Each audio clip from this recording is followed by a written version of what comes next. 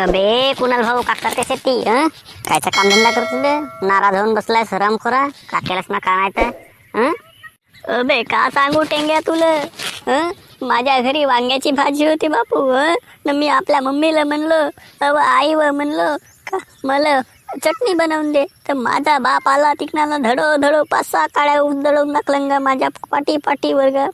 मोठ्यांवर आलं गा बस्सा देऊन नाही लागलं गा गाडीला वर आलं गा म्हणून म्हणतो कुणाल भाऊ माय बापानं कष्टानं कमवून आणले राहते कोणती वस्तू चुपचाप खाऊन घेवा नाही ते झकमारे धंदा करतेस भाडधंदे करतेस रामखोर आहेस तू एक नंबरचा सकाळला म्हणायला पाहिजे का मला हे भाजी नाही आवडत ते भाजी नाही आवडत मायबाप कष्टानं कमवून देत भाऊ कष्ट करावं लागते काम करावं लागते तेव्हा कोणी पैसा भेटते तेव्हा कोणी बाजाराला देतात तेव्हा कोणी बाजारातून भाजीपाला येते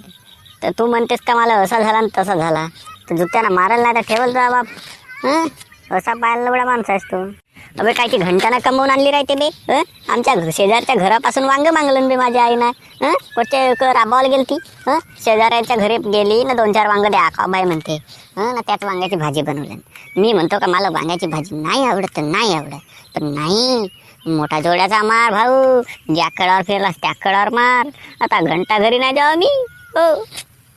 म्हणून म्हणतो का थोडीशी लाज जनाची नाही तर मनाची लाज ठेवत जा पण नाही हरामखोर तू नाही सुधरू सकस मम्मी व आई व मोठ्यान ढुंगण दुखते व मोठ्यान दनो काळ्या मारलं व माझ्या बापानं माझ्या गांडीवर मम्मी तू लवड्याच्या बाला कधीच नाही सुधरू सकस हरामखोर आहेस एक नंबरचा तू